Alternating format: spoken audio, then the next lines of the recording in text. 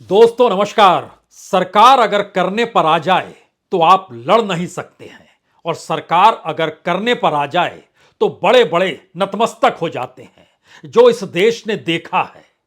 लेकिन सरकार अगर करने पर आ जाए और वो चाहे कि सुप्रीम कोर्ट में जजों की नियुक्ति भी उसी के हिसाब से हो, हाई कोर्ट में जजों की नियुक्ति भी उसी के अनुसार हो, और वो खुले तौर पर कहे कि दरअसल संविधान को आप पढ़ लीजिए, संविधान में कहीं भी कॉलेजियम का जिक्र नहीं है, और संविधान तो लोगों के द्वारा या लोगों के जरिए ही चलता है, और देश की संप्रभुता लोगों के जरिए ही होती है, और लोगों ने ही सरकार को चुना है, तो फिर सरकार जैसा चाहे वैसा क्यों नहीं कर सकती है।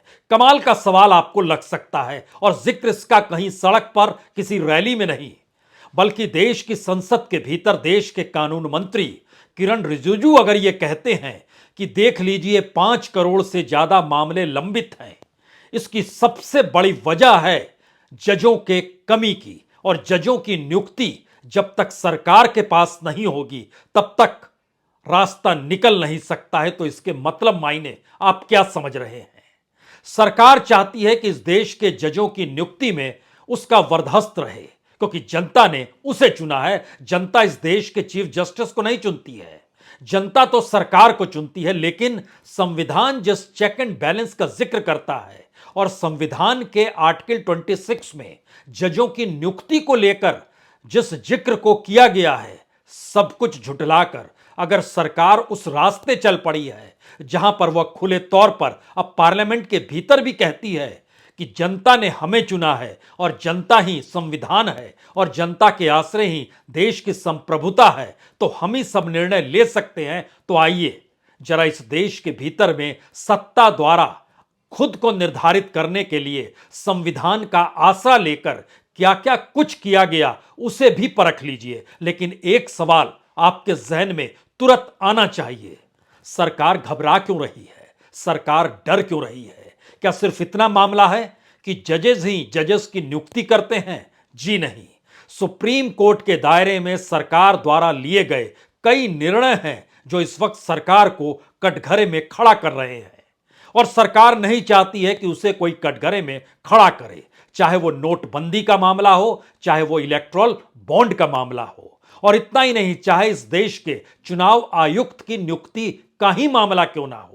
और तो और नया मामला भी सुप्रीम कोर्ट के दरवाजे पर पहुंच चुका है, वो है राकेश अस्थाना का मामला, और उसमें भी नियम कायदे क्या ताक पर रखे गए? सुप्रीम कोर्ट जांच करना चाहती है, समझना चाहती है कि दरअसल रिटायर होते ही एक दिन के भीतर दिल्ली के पुलिस कमिश्नर राकेश अस्थाना कैसे बना दिए गए, ठीक उसी तरीके से जैसे अरुण गोयल को इस देश का चुनाव आयुक्त वीआरएस लेने के 24 घंटे के भीतर बना दिया गया। और उससे पहले एक और चुनाव आयुक्त थे, उनका जिक्र भी होगा। आज सभी बातों का जिक्र करने की इसलिए जरूरत है कि सरकार सुप्रीम कोर्ट पर कब्जा क्यों करना चाहती है, और रास्ते वो वही बता रही है जिन रास्तों को कुचलते हुए उसने अपनी पहचान इस देश के भीतर बनाई है। ये रास्ते कौन से हैं, कैसे हैं? दरअसल कल ही संसद के भीतर देश के कानून मंत्री ने जिक्र किया कि देश के विभिन्न अदालतों में लंबित मामलों की संख्या 5 करोड़ की संख्या छूने वाली है, और सरकार ने इसमें कमी लाने के लिए कदम उठाए हैं।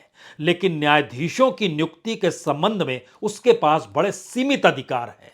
पहला इंडिकेशन, अधिकार हमारे पास आना चाहिए। दूसरा इंडिकेशन इसके बाद शुरू होता है। न्यायाधीशों के रिक्त पदों को भरने के लिए केंद्र सरकार के पास बहुत अधिकार नहीं है, और उसे इसके लिए कॉलेजियम द्वारा सुझाए गए नामों पर ही विचार करना पड़ता है, और सरकार नए नाम खोज नहीं पाती है। सरकार चाहती है वो नए नाम खोजे।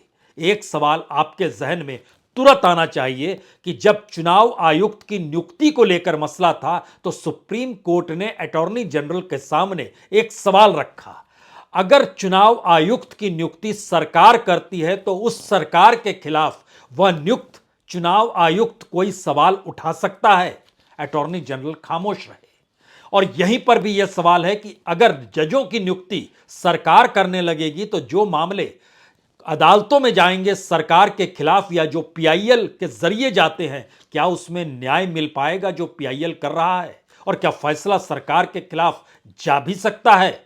इस सवाल के मद्देनजर आगे सुनिए जो कहा गया। सुप्रीम कोर्ट सामान्य तौर पर चुनाव आयुक्त की जो नियुक्ति थी 24 घंटे के भीतर हुई, और नया मामला जो गया दिल्ली पुलिस कमिश्नर राकेश अस्थाना को लेकर, उसके मद्देनजर उसने जो सवाल उठा रहे हैं उसमें यही सवाल है कि जब सरकारें नियुक्ति करने लगती है कॉन्स्टिट्यूशनल पोस्ट को लेकर, तो उस कॉन्स्टिट्यूशनल पोस्ट का जब काम शुरू होता है सरकार को लेकर, तो वो सरकार के खिलाफ कैसे जा सकती है? यानी कॉन्स्टिट्यूशन जिस चेक एंड बैलेंस का जिक्र करता है, वो अगर इन नियुक्तियों में डगमगाने लगा तो कल्पना कीजिए कॉलेजियम खारिज हो जाए और सरकार जो चाह रही है कि नेशनल जुडिशियल अपॉइंटमेंट कमीशन बन जाए, तो इसका मतलब क्या है? इसके मतलब की साफगोई को इस बात से समझ लीजिए कि दरअसल जब 2014 में ही संविधान में संशोधन कर दिया गया और नेशनल जुडिशियल अपॉइंटमेंट कमीशन लाया गया और इसको पार्लियामेंट के भीतर पास करा लिया गया, 2/3 राज्यों ने भी पास कर दिया, लेकिन जब यह मामला सुप्रीम कोर्ट के पास पहुंचा तो सुप्रीम कोर्ट में 5 जजों की बेंच बैठी। उसने कहा सरकार ने जो निर्णय लिया ये दरअसल कॉन्स्टिट्यूशनल ही नहीं है। यानी कॉन्स्टिट्यूशनल नहीं है, और कॉन्स्टिट्यूशन की व्याख्या करने के लिए ही भारत में सुप्रीम कोर्ट है। और उसकी कॉन्स्टिट्यूशनल बेंच ने कहा कि सरकार ने संविधान में संशोधन कर दिया, पार्लियामेंट में पास कर दिया, और उसके बाद हमें बताना पड़ रहा है कि कॉन्स्टिट्यूशन के अनुकूल ही नहीं है, तो क्या कॉन्स्टिट्यूशन पढ़ के सरकार काम नहीं करती है? सरकार यह सोचती है कि जनता ने चुना है तो जो मन चाहे सो कर सकते हैं। तो आइए जरा इस पन्ने को भी इसलिए खोलिए क्योंकि 1981 में भी एक बार सवाल उठा था, इंदिरा गांधी का दौर था वो, और इंदिरा गांधी का नाम आता ही आपके जहन में इमरजेंसी आ जाएगी, और मौजूदा वक्त की तानाशाही उस इमरजेंसी के तहत आप भूलना चाहेंगे। भूलिए मत। 1981 में जब सुप्रीम कोर्ट में यह मामला गया तो सुप्रीम कोर्ट ने कहा कि जजों की नियुक्ति के लिए चीफ जस्टिस के पास एकाधिकार नहीं होना चाहिए। यानी वो संकेत दे रहा था अपने तौर पर कि सरकार की भूमिका भी होनी चाहिए। लेकिन इसके बाद इंदिरा गांधी आगे नहीं बढ़ सकी। इंदिरा गांधी ने पांव पीछे खींच लिए और जजों की नियुक्ति उसी हिसाब से होती रही जैसा चीफ जस्टिस चाहते हैं। अब उसके बाद 93 में पीवी नरसिम्हा राव की सरकार थी, यह मामला फिर पहुंचा और जजों की नियुक्ति में चीफ जस्टिस की राय को बाकियों की राय के ऊपर तरजीह देनी चाहिए, इसका जिक्र किया गया। यानी पीवी नरसिम्हा राव के दौर में चीफ जस्टिस ऑफ इंडिया को महत्व दिया गया जो जजों की नियुक्ति होती है। उनको भी सरकार चुनी गई थी, उस पीरियड में भी सरकार बनी थी, जनता ने ही वोट दिए थे। फिर 98 में अटल बिहारी वाजपेयी की सरकार आती है, उस समय फिर यह मामला जाता है और उस वक्त कॉलेजियम को लेकर उसके आकार को बड़ा करने का जिक्र होता है और कहा जाता है कि अब इसमें 5 जजों का समूह तय करेगा, जो मौजूदा वक्त में भी है। लेकिन 2014 में संविधान में जो संशोधन किया गया और एनजेएसी यानी नेशनल जुडिशियल अपॉइंटमेंट कमीशन जो लाया गया, इसके भीतर जो बातों को रखा गया यह बड़ा महत्वपूर्ण है, क्योंकि सरकार जिस कब्जे की चाहत के साथ बढ़ी उसने पहली झलक इसके जरिए दे दी। उन्होंने कहा 6 लोग होने चाहिए। 6 लोग में चीफ जस्टिस नंबर 1, दूसरे नंबर पर लॉ मिनिस्टर। लॉ मिनिस्टर किसका होगा? जैसे अभी किरण रिजिजू हैं जो चुन के आए हैं जनता के द्वारा, सरकार ने मंत्री बना दिया, उनको लाकर खड़ा कर दिया, उन्होंने पार्लियामेंट तक में कह दिया कॉन्स्टिट्यूशन में ऐसी कोई व्यवस्था ही नहीं है कॉलेजियम की। यकीनन नहीं है, लेकिन कुछ तो कहा गया होगा। इसको रिजिजू साहब ने कुछ नहीं कहा। लेकिन बहरहाल चीफ जस्टिस ऑफ इंडिया होना चाहिए, लॉ मिनिस्टर होना चाहिए, सुप्रीम कोर्ट के 2 सीनियर जजेस होने चाहिए और 2 विशेषज्ञ होने चाहिए। ये 2 विशेषज्ञों की नियुक्ति कौन करेगा? इसमें प्रधानमंत्री करेंगे, विपक्ष का नेता करेगा, जो विपक्ष का नेता इस दौर में संख्या में कम होने की वजह से है ही नहीं। और इसीलिए सीबीआई डायरेक्टर की नियुक्ति भी सरकार कर देती है, सीएजी की नियुक्ति भी सरकार कर देती है, हर कॉन्स्टिट्यूशनल पद पर सरकार नियुक्ति कर देती है, क्योंकि विपक्ष अपोजिशन तो है ही नहीं, उसके नेता की मौजूदगी है ही नहीं जो संख्या के लिहाज से होनी चाहिए। तो ऐसे में 2 विशेषज्ञों की नियुक्ति प्रधानमंत्री, चीफ जस्टिस ऑफ इंडिया और विपक्ष का नेता करेंगे, और इसमें 1-1 होने पर सरकार की बात ही चलेगी, इस बात का जिक्र भी हुआ। लेकिन अगला सवाल यह था कि दरअसल संसद को अधिकार दे दिए जाए। इसी एनजेएसी के भीतर था कि संसद को यह अधिकार दे दिए जाए कि भविष्य में सुप्रीम कोर्ट या हाई कोर्ट के जजों की नियुक्ति से जो जुड़े नियम हैं उसको बदल सकती है और नए नियम बना सकती है पार्लियामेंट। यानी उसमें फेरबदल भी कर सकती है और नए तरीके से गढ़ भी सकती है। वह नियम वह संसद बनाएगी, जिसमें जिसकी सत्ता होगी चलेगी उसी की। तो अभी तो 300 सीटें हैं, कल्पना कीजिए 2024 में 400 सीटों के साथ अगर सत्ता आ गई तो क्या क्या करेगी। और तब पार्लियामेंट के भीतर किरण रिजिजू नहीं कहेंगे, सरकार कर चुकी होगी, चीजें बदल जाएंगी, क्योंकि यह एक परिस्थिति सरकार ने मान ली कि जनता ने हमें चुना तो हम जैसा मन चाहे वैसा कर सकते हैं। वो ये मानने को तैयार नहीं कि चीफ जस्टिस और जजेस जो नियुक्ति करते हैं वो सही भी होगा। वो मानने को तैयार नहीं कि चुनाव आयुक्त की नियुक्ति एक कॉन्स्टिट्यूशनल तरीके से होनी चाहिए। वो मानने को नहीं तैयार है। तो ऐसे में अगला सवाल यह था कि कॉन्स्टिट्यूशन कुछ कहता है या नहीं कहता है, क्योंकि जब सुप्रीम कोर्ट के 5 जज बैठे और उन्होंने तय किया कि कोलेजियम ही रहेगा, तो उन्होंने एक बात कही। उन्होंने कहा कि दरअसल न्यायपालिका जजों की नियुक्ति की प्रक्रिया में संविधान में बकायदा न्यायपालिका और चीफ जस्टिस की राय को तरजीह देने का जिक्र किया गया है, और सरकार इस तरह अगर दखल देती है तो यह संविधान की मूल भावना के खिलाफ होगा। तो सरकार ने क्या संविधान नहीं पढ़ा था? क्योंकि संविधान का आर्टिकल 26 बहुत साफ तौर पर कहता है कि राष्ट्रपति हाईकोर्ट के जजों की नियुक्ति के लिए चीफ जस्टिस ऑफ इंडिया और राज्य के राज्यपाल और हाईकोर्ट के चीफ जस्टिस से विचार विमर्श करके निर्णय करेंगे। यानी सुप्रीम कोर्ट और हाई कोर्ट के वरिष्ठ जजों से विचार विमर्श करके ही राष्ट्रपति जजों की नियुक्ति करेंगे। इसमें तो प्रधानमंत्री, लॉ मिनिस्टर, संसद कहीं जिक्र नहीं है, जो कॉन्स्टिट्यूशन कह रहा है। फिर सरकार क्यों कह रही है? तो सरकार क्या उन तमाम इंस्टीट्यूशंस की तरह कब्जे में सुप्रीम कोर्ट को भी चाहती है, जजों को भी चाहती है?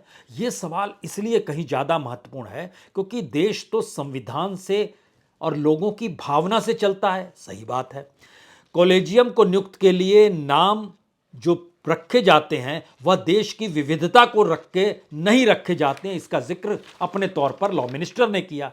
अब यहां से अगला सवाल खड़ा होता है, जो शायद बड़ा महत्वपूर्ण सवाल इसलिए है क्योंकि इससे पहले अलग अलग क्षेत्रों में जो नियुक्ति कॉन्स्टिट्यूशनल पोस्ट को लेकर सरकार ने की, हमें लगता है उस पर एक नजर आप पहले डालिए। और उसमें सबसे बड़ी नजर तो इस बात को लेकर है कि चुनाव आयुक्त की नियुक्ति कैसे हुई, और इसके ठीक पहले सरकार का नजरिया क्यों सरकार को लेकर कटघरे में खड़ा करता है, यह भी एक मिनट के लिए सोचिए। 2014 में संविधान संशोधन, 2015 में सुप्रीम कोर्ट का कोलेजियम को सही ठहराना और सरकार को हिदायत देना कि जो संविधान में कहा गया है उसको आप पढ़ लीजिए। तब ऐसे में 2016 में सुप्रीम कोर्ट ने ऐसा नहीं है कि एक झटके में सब कुछ कर दिया। उसने कहा कि देखिए ऐसा है, लॉ मिनिस्ट्री काम करे और जो मेमोरेंडम ऑफ प्रोसीज्योर है, यानी जो जजों की नियुक्ति के लिए जो प्रोसीज्योर बना हुआ है उसमें आप संशोधन कीजिए और उस संशोधन को लेके हमारे पास आइए। लॉ मिनिस्ट्री ने बीते 6 बरस के भीतर कोई काम नहीं किया और मेमोरेंडम ऑफ प्रोसीज्योर में जो संशोधन करना था, यानी एक लिहाज से नियुक्ति किस तरीके से हो, इसको लेकर सरकार और सुप्रीम कोर्ट में एक सहमति हो, कुछ भी काम नहीं किया। और लॉ मिनिस्टर पार्लियामेंट के भीतर बता रहे हैं कि दरअसल हम अगर नियुक्त नहीं करेंगे तो पेंडिंग मामले जो हैं और ज्यादा खिसकते चले जाएंगे। यहां एक चीज और समझनी होगी, जजों की नियुक्ति का जो नोटिफिकेशन होता है वो गवर्नमेंट ही लेकर आती है, कॉलेजियम तय करता है। और कॉलेजियम ने जो 2 दर्जन से ज्यादा नाम सरकार के पास भेजे हुए हैं, सरकार उस पर कुंडली मारकर बैठ गई है, उसमें कोई नोटिफिकेशन जारी नहीं करती है। और बीते 1, 2, 3, 4 साल से चीजें लटकी हुई हैं। तो जो चीफ जस्टिस आते हैं वो कहते हैं नियुक्ति के लिए नोटिफिकेशन तो जारी कीजिए, क्योंकि हमने तो अपने तौर पर फैसला कर लिया। और सरकार कहती है नहीं, आप जो लाते हैं वो लगता ऐसे है कि जैसे अपने रिश्तेदारों को ले आए हैं आप, तो हम तय करेंगे। अब सवाल यह है कि जिस पार्लियामेंट के भीतर 543 सदस्यों में से 176 सदस्य खुले तौर पर विरासत को जी रहे हो, परिवार को जी रहे हो, और 212 अगर बाकी रिश्ता जो सेकंड ब्लड का रिश्ता होता है उसको भी जोड़ दीजिएगा, जिसमें मामा का बेटा हो, भतीजा हो, उसको भी जोड़ दीजिएगा, तो मौजूदा वक्त में 212 सांसद ऐसे हैं जिनके रिश्ते पॉलिटिकल फैमिली से हैं, और वो फैमिली इससे पहले पार्लियामेंट में थी, अब वो पार्लियामेंट के भीतर हैं। तो रिश्तेदारी कैसे निभाई जाती है, तो पार्लियामेंट में अपने आप में एक अजूबा है, अपने तरीके की चीज है। यहां पर उसको नियुक्ति का अधिकार देने का जिक्र कर रहे हैं, तो आपने कोई सहमति पत्र नहीं बताया, आपने कॉन्स्टिट्यूशन नहीं पढ़ा। अब इसके बाद है कि 2016 से अगर आप एमओपी में संशोधन तक नहीं ला पाए, और तो मतलब बहुत साफ है कि चीजें पारदर्शी नहीं बनानी है, इस पे कब्जा करना है।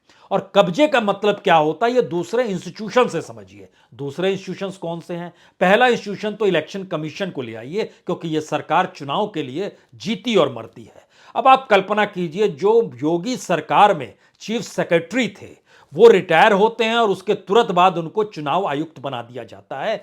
ठीक इलेक्शन से पहले जब यूपी का इलेक्शन हो रहा था, अनूप चंद्र पांडे, बवाल बड़ा हुआ, लेकिन कोई दिक्कत नहीं, सरकार है, सरकार को जनता ने चुना है, तो वो जिसे मन चाहे नियुक्त कर सकती है। उसका एक नजारा पहली बार वहां नजर आया।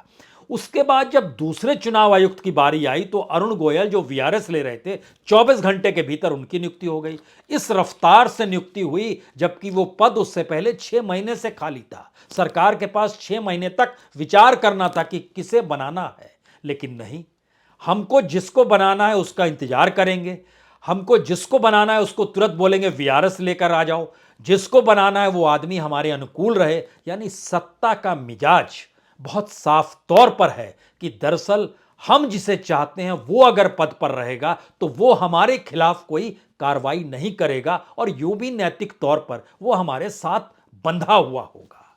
और शायद इसीलिए अब नया मामला जो है वह राकेश अस्थाना का आ गया कि एक झटके में रिटायर होते ही, पहले तो आपने 1 साल का आगे बढ़ा दिया उनका नौकरी को, वो एक्सटेंशन दे दिया, उसके बाद दिल्ली का कमिश्नर बना दिया, वह भी 24 से 48 घंटे के भीतर पूरा खेल होता है। अब यहां पर जो सवाल निकल कर आ रहा है, अगर ऐसी चीजें चल रही हैं और नियुक्तियां इस तौर पर होती हैं, तो इलेक्शन कमीशन के समानांतर क्या आप सुप्रीम कोर्ट को भी देखेंगे?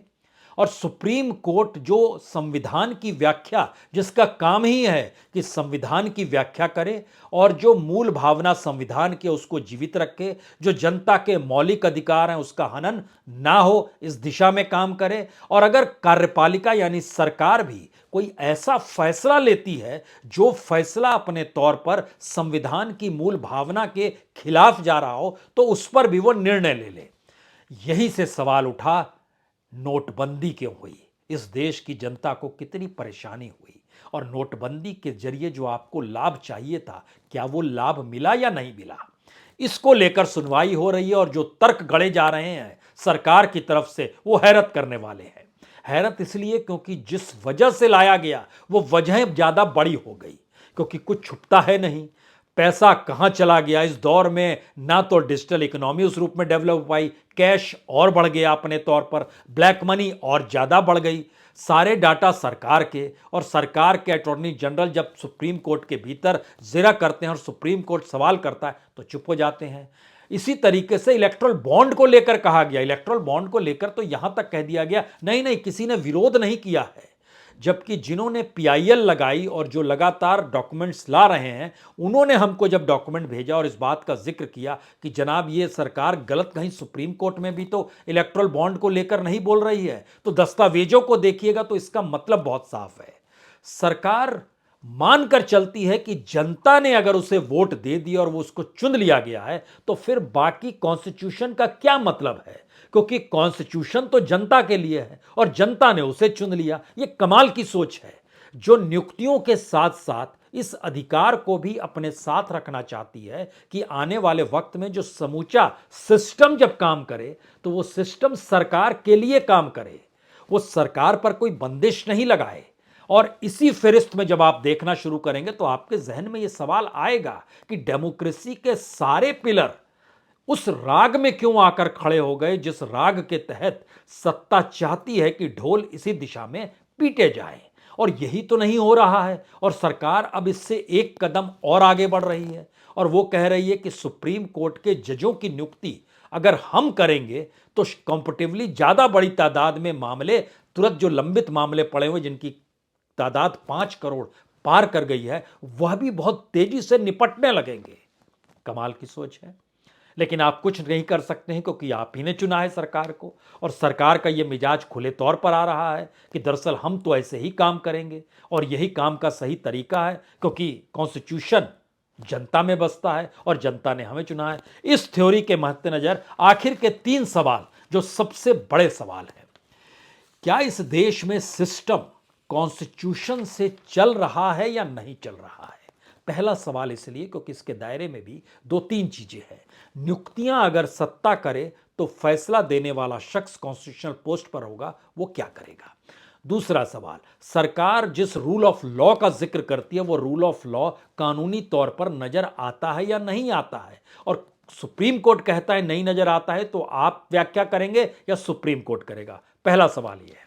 दूसरा सवाल, डेमोक्रेसी के जो 3 पिलर और चौथे पिलर के तौर पर जो मीडिया को माना गया, अगर इसको अपने अनुकूल सत्ता कई माध्यमों से कर ले, वो मुनाफे का चक्कर हो, पैसे का चक्कर हो, डर या खौफ का चक्कर हो, अलग अलग कानूनी पचड़ों में फंसाने का जिक्र हो, जेल में डालने की स्थिति हो, ईडी और सीबीआई के दायरे में लाने का जिक्र हो, अगर इस प्रोसेस में चल रहे हैं तो क्या सुप्रीम कोर्ट इसमें दखल दे सकता है? कि हमें ऐसा लगता है कि आप जिस तरीके से एजेंसीज को काम में लगाते हैं वह पॉलिटिकली मोटिवेटेड तो नहीं है। लेकिन इस दौर में सुप्रीम कोर्ट कहीं मूव नहीं किया। ध्यान दीजिए, एक लंबी प्रक्रिया से चीजें चल रही है लेकिन सुप्रीम कोर्ट मूव नहीं किया।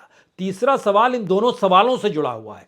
अगर सुप्रीम कोर्ट भी साइलेंट हो जाता है सरकारों को लेकर, जहां पे चीफ जस्टिस हो या फिर तमाम जजों की पूरी फहरिस्त हम देख पा रहे हो, अगर वो मामलों को नहीं लेकर आता है तो चीजें स्मूथ चल रही होती है। चाहे वो अयोध्या का मसला आए, चाहे वो साबरमला का मसला आए, चाहे वो 370 का मसला है, कोई भी मसला है, जो मसला खास तौर से रंजन गोगोई जी के दौर में आया तो उस स्मूथली चीज़ें चल रही थी। और उससे ठीक पहले जब दीपक मिश्रा थे तो सवाल डेमोक्रेसी इन डेंजर तक का उठ गया था, चीज़ें स्मूथ चल रही होती थी। लेकिन जैसे ही मौजूदा वक्त में चीफ जस्टिस चंद्रचूड़ है, जब इस दौर में देखिए तो नोटबंदी का मामला आ गया, इलेक्ट्रल बॉन्ड का मामला आ गया। इसी दौर में मामले इस बात को लेकर हुए कि क्या वाकई पेगासस को लेकर क्या हुई, चीजें राष्ट्रीय सुरक्षा के तहत गायब हो गई। राफेल के मसले को भी राष्ट्रीय सुरक्षा के दायरे में लाकर कीमत बताना और उस पर जो भी कमीशन खोरी हुई होगी उस पर भी खामोशी बरती जाए। ये सुगबुगाहट अगर अलग अलग तरीके से उठती हैं तो फिर टकराव और जनता ने हमें चुना है इस बात को दिखाने की कोशिश, क्या ये मौजूदा वक्त में शायद इस बात की दिशा में इंगित कर रहा है कि अगर 2024 में और ज्यादा ताकत के साथ जनता ने सरकार को चुन लिया तो फिर उसके बाद संविधान की व्याख्या सरकार ही करेगी और संसद से बड़ी कोई चीज होती नहीं है, इसे हर कोई मान ले और समझ ले और वहां पर सिर्फ हुकूमत चलेगी तो सत्ताधारी पार्टी के उस नेतृत्व की जिसके इशारे पर पार्टी भी चलती होगी। और पार्टी और मंत्री और पूरी कैबिनेट एक शख्स के इर्द गिर्द अगर घूम रही हो तो फिर यह डेमोक्रेसी का कौन सा सिरा है? क्या इसको पकड़कर आप लोकतंत्र का राग गा सकते हैं या नहीं गा सकते हैं? खुद ही तय कीजिए। बहुत बहुत शुक्रिया, बहुत बहुत शुक्रिया।